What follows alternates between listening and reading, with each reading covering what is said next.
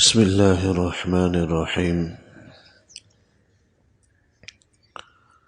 وعن أنس رضي الله تعالى عنه قال: قال رسول الله صلى الله عليه وسلم: إن العبد إذا وضع في قبره وتولى عنه أصحابه إنه ليسمع قرع نعالهم أتاه ملكان فيقعدانه فيقولان: ما كنت تقول في هذا الرجل لمحمد صلى الله عليه وسلم؟ فأما المؤمن فيقول: أشهد أنه عبد الله ورسوله، فيقال له: انظر إلى مقعدك من النار، قد أبدلك الله به مقعدا من الجنة، فيراهما جميعا. وأما المنافق والكافر فيقال له: ما كنت تقول في هذا الرجل؟ فيقول: لا أدري، كنت أقول ما يقول الناس. فيقال له: لا دريت ولا تليت. ويضرب بمطارق من حديد ضربة فيصيح صيحة يسمعها من يليه غير الثقلين۔ حضرت انس رضی اللہ تعالی عنہ حضور نبی اکرم صلی اللہ علیہ وسلم کے خادم خاص رہے ہیں۔ 10 سال تک تقریباً انہوں نے حضور نبی اکرم صلی اللہ علیہ وسلم کی خدمت کی۔ بے شمار احادیث مبارکہ ان سے منقول ہیں۔ حضرت ابو ہریرہ رضی اللہ تعالی عنہ کے بعد سب سے زیادہ کثرت کے ساتھ احادیث بیان کرنے والے حضرت انس رضی اللہ تعالی عنہ ہی ہیں۔ فرماتے ہیں کہ اللہ کے نبی صلی اللہ علیہ وسلم نے فرمایا: ان العبد اذا وضع فی قبری، کہ جب بندے کو قبر میں دفنا دیا جاتا ہے، قبر میں رکھ دیا جاتا ہے، وتولى عنہ اصحابہ، اور اس کے جو اعزاء قریبا ہیں، جنازے کے شرکاء جب وہ جانے لگتے ہیں، انہ لیسمع قرع نعالہم، تو اس مردے کو، میت کو، ان جانے والوں کی جوتیوں کی آوازیں سنائی دیتی ہیں کہ لوگ جا رہے ہیں، اور جانے سے اور چلنے سے جو جوتوں کی آواز پیدا ہوتی ہے وہ اس مردے کو سنائی دیتی ہیں۔ اتاہ ملکان، اسی دوران 2 فرشتے اس کے پاس آتے ہیں۔ انہ لیسمع قرع نعالہم، یعنی یہ بتلانا یہ چاہ رہے ہیں کہ جس دوران ابھی اعزاء قریبا گئے بھی نہیں ہوتے اور ان کی جوتیوں کی آہٹ ختم بھی نہیں ہوتی، کہ اس سے پہلے ہی فرشتے اس آدمی کے پاس پہنچ جاتے ہیں۔ یعنی اتنی بھی مہلت اس کو نہیں ملتی، اتنی بھی تاخیر نہیں ملتی کہ ابھی جنازے کے شرکاء قبرستان سے نکل گئے ہوں، اس سے پہلے ہی فرشتے، عذاب کے فرشتے، منکر نکیر، سوال و جواب کرنے والے اس کے پاس آ جاتے ہیں۔ فیقعدانہ، اس مردے کو سیدھا کر کے بٹھا دیتے ہیں۔ فیقولان، اور اس سے سوال کرتے ہیں: ما كنت تقول في هذا الرجل لمحمد صلی اللہ علیہ وسلم، کہ تمہارا اس شخص یعنی حضور نبی اکرم صلی اللہ علیہ وسلم کے حوالے سے کیا خیال ہے، کیا رائے ہے،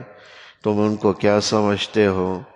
فأما المؤمن، پس جو آدمی ایمان والا ہوتا ہے وہ یہ کہتا ہے: اشہد انہ عبد اللہ ورسولہ، کہ میں اس بات کی گواہی دیتا ہوں کہ آپ اللہ کے بندے اور اس کے رسول ہیں۔ فیقال لہ، پس وہ دونوں فرشتے اس ایمان والے سے کہتے ہیں: انظر الی مقعدک من النار، تم اپنا ٹھکانہ جہنم میں دیکھ لو، قد ابدلک اللہ بہ مقعدا من الجنہ، اللہ نے جہنم کے اس ٹھکانے کے بدلے میں تمہیں جنت کا وہ ٹھکانہ دے دیا۔ فیراہما جمیعا، اور اس کو دونوں ٹھکانے دکھلا دیے جاتے ہیں۔ یعنی اگر بالفرض یہ صاحب ایمان نہ ہوتا تو اس کا جہنم میں یہ ٹھکانہ ہوتا، لیکن اللہ نے اس کو ایمان کی توفیق دے رکھی تھی، لہذا وہ جہنم کے ٹھکانے کے بجائے جہنم کا ٹھکانہ اس کو جنت کا ٹھکانہ اس کو دکھلا دیا جاتا ہے اور جنت کی سیٹ اس کو دے دی جاتی ہے۔ فَيَرَاهُمَا جَمِيعًا، وہ دونوں قسم کے ٹھکانے دیکھتا ہے۔ وَأَمَّا الْمُنَافِقُ وَالْكَافِرُ، جہاں تک معاملہ منافق اور کافر کا ہے، فَيُقَالُ لَهُ مَا كُنْتَ تَقُولُ فِي هَذَا الرَّجُلِ، تو اس سے بھی یہی سوال ہوتا ہے کہ تمہاری ان صاحب کے بارے میں، یعنی حضور نبی اکرم صلی اللہ علیہ وسلم کے بارے میں کیا رائے ہیں؟ فَيَقُولُ لَا أَدْرِي، تو کافر منافق کہتا مجھے تو کچھ پتہ نہیں، میں ان کے بارے میں جانتا نہیں۔ كُنْتُ أَقُولُ مَا يَقُولُ النَّاسُ، میں تو وہی بات کہا کرتا تھا جو لوگ کہا کرتے تھے، یعنی جو مسلمان کہہ دیتے تھے میں بھی جھوٹ موٹ ان جیسی بات زبان سے نکال لیا کرتا تھا، یہ منافق کا قول ہوگا۔ فَيُقَالُ لَهُ، تو فرشتے جواب میں کہیں گے لَا دَرَيْتَ وَلَا تَلَيْتَ، نہ تم نے عقل سے کام لیا، سمجھداری سے کام لیا، نہ ہی تم نے قرآن کریم کی تلاوت کی۔ اگر تم عقل سے، سمجھداری سے، سوجھ بوجھ سے کام لیتے تو نبی کی نبوت کو جان لیتے، اس پر ایمان لاتے۔ وہ ایک عقل مندی کا تقاضا یہ تھا کہ تم نبی پر ایمان لاتے، نبی کی تعلیمات پر ایمان لاتے، ان کے بتلائے ہوئے طریقے کے مطابق، ان کی لائی ہوئی شریعت کے مطابق زندگی گزارتے، لیکن تم نے کوئی عقل مندی کا ثبوت نہیں دیا، حالانکہ تم دنیا میں بڑے عقل مند سمجھے جاتے تھے، دنیاوی امور میں بڑے ماہر سمجھے جاتے تھے، مال کمانے کا بڑا ہنر تمہارے اندر موجود تھا، لیکن پھر بھی تم نے ناسمجھی کا معاملہ کیا، ناسمجھی سے کام لیا، تم نے سمجھداری کا ثبوت نہیں دیا، نہیں تم نے قرآن پڑھا۔ اگر قرآن پڑھ لیتے تب بھی تمہیں نبی کی حقانیت، آپ کی لائی ہوئی تعلیمات کی سچائی کا پتہ چل جاتا۔ پھر فرشتے وَيُضْرَبُ بِمَطَارِقَ مِنْ حَدِيدٍ، لوہے کے بڑے بڑے ہتھوڑوں سے ان کو ماریں گے، ضربتاً، اور اس کی ایک ہی مار ایسی ہوگی کہ فَيَصِيحُ صَيْحًا، کہ تکلیف کی وجہ سے مردہ اتنے زور سے چیخے گا کہ یسمعها من یلیہ، کہ غیر الثقلین، کہ انسان اور جنات کے علاوہ جتنی بھی مخلوقات ہیں اس کی چیخ و پکار کو سن رہی ہوگی، لیکن انسانوں کو اور جنات کو ان مردوں کی چیخ و پکار کا پتہ نہیں چل پائے گا، کیونکہ اگر انسان کو پتہ چل جائے یا جنات کو پتہ چل جائے تو روایات کے اندر آتا ہے کہ دہشت کے مارے ان کے کلیجے پھٹ جائیں، وہ زندہ ہی نہ رہ سکے۔ اور اس کی دوسری وجہ یہ بھی ہے پتہ نہ چلنے کی، کیونکہ اگر دیکھ لیا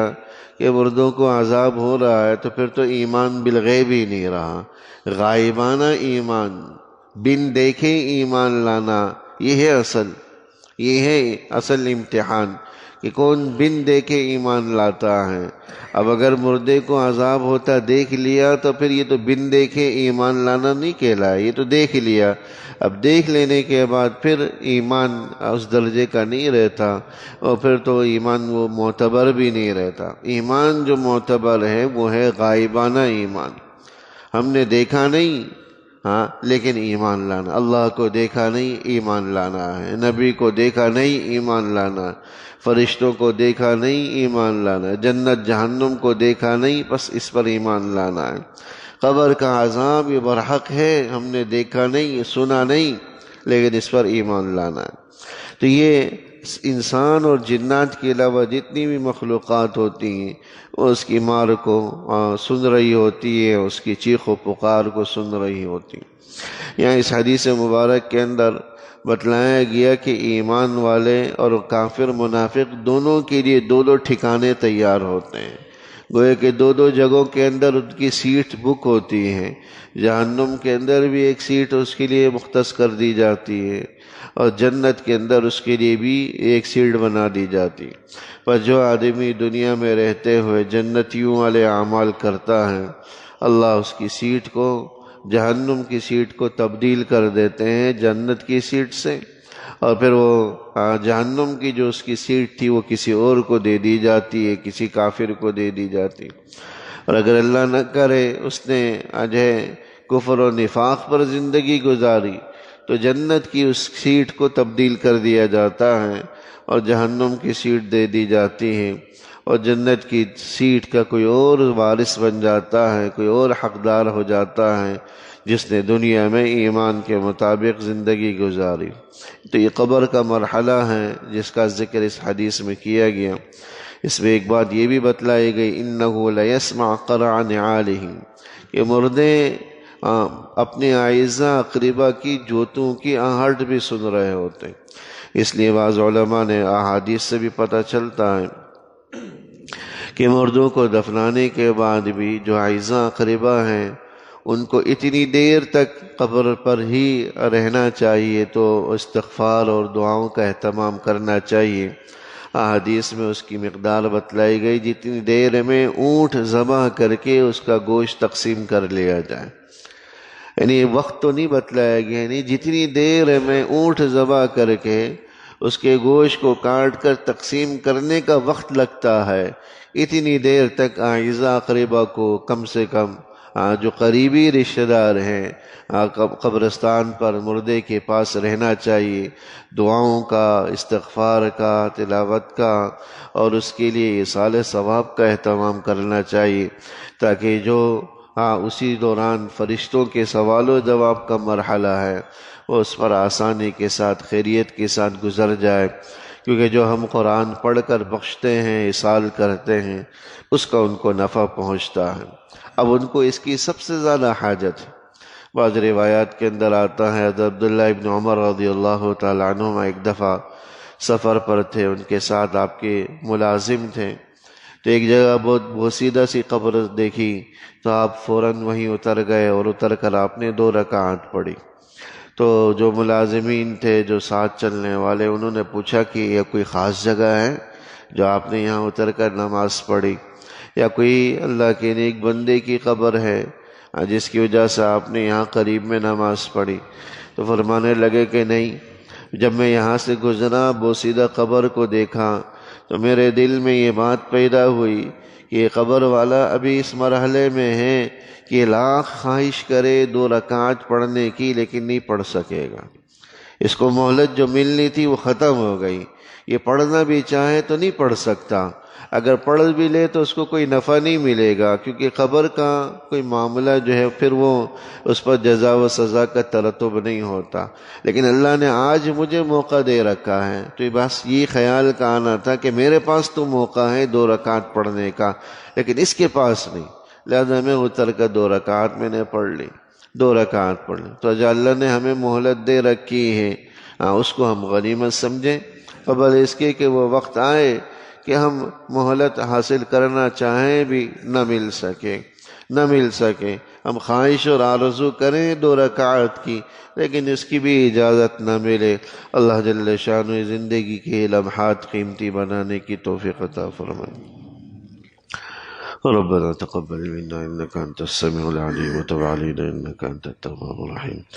وصلى الله تعالى على خير خلقه محمد وآله وصحبه اجمعين، آمين برحمتك يا ارحم الراحمين۔